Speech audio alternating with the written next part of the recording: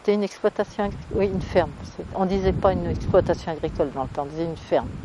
Il n'y avait pas le petit rajout de la maison, mais il y a des grandes écuries sur le côté. Là, il y avait la vieille maison. J'étais avec tous mes cousins et cousines. Et puis la grand-mère nous faisait de la bonne cuisine.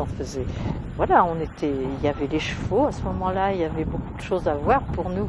On allait dans les champs, puis il y avait des cerisiers, on mangeait des cerises.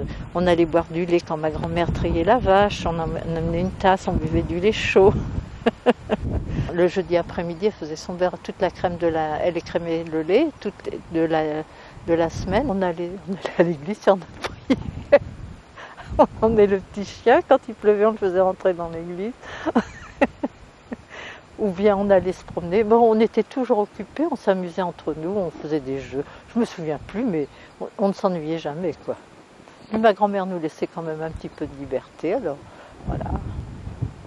Un jour, les garçons, ils ont été jouer de l'harmonium, puis ils ont cassé une petite pièce à l'harmonium. Et puis ils n'ont pas voulu le dire à grand-mère. Mais grand-mère, elle avait deviné qu'il s'était passé quelque chose.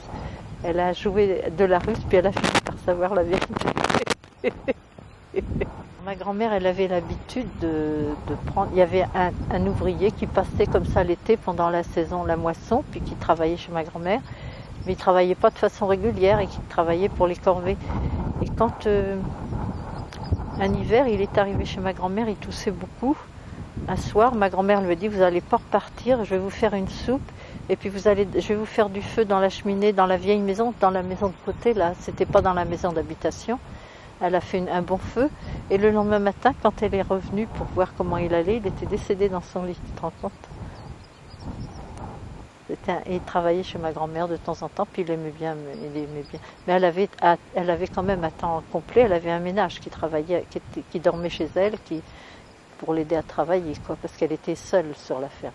Elle a commencé avec son mari et elle l'a perdu, elle a dû rester encore un moment pour finir le bail. Et voilà.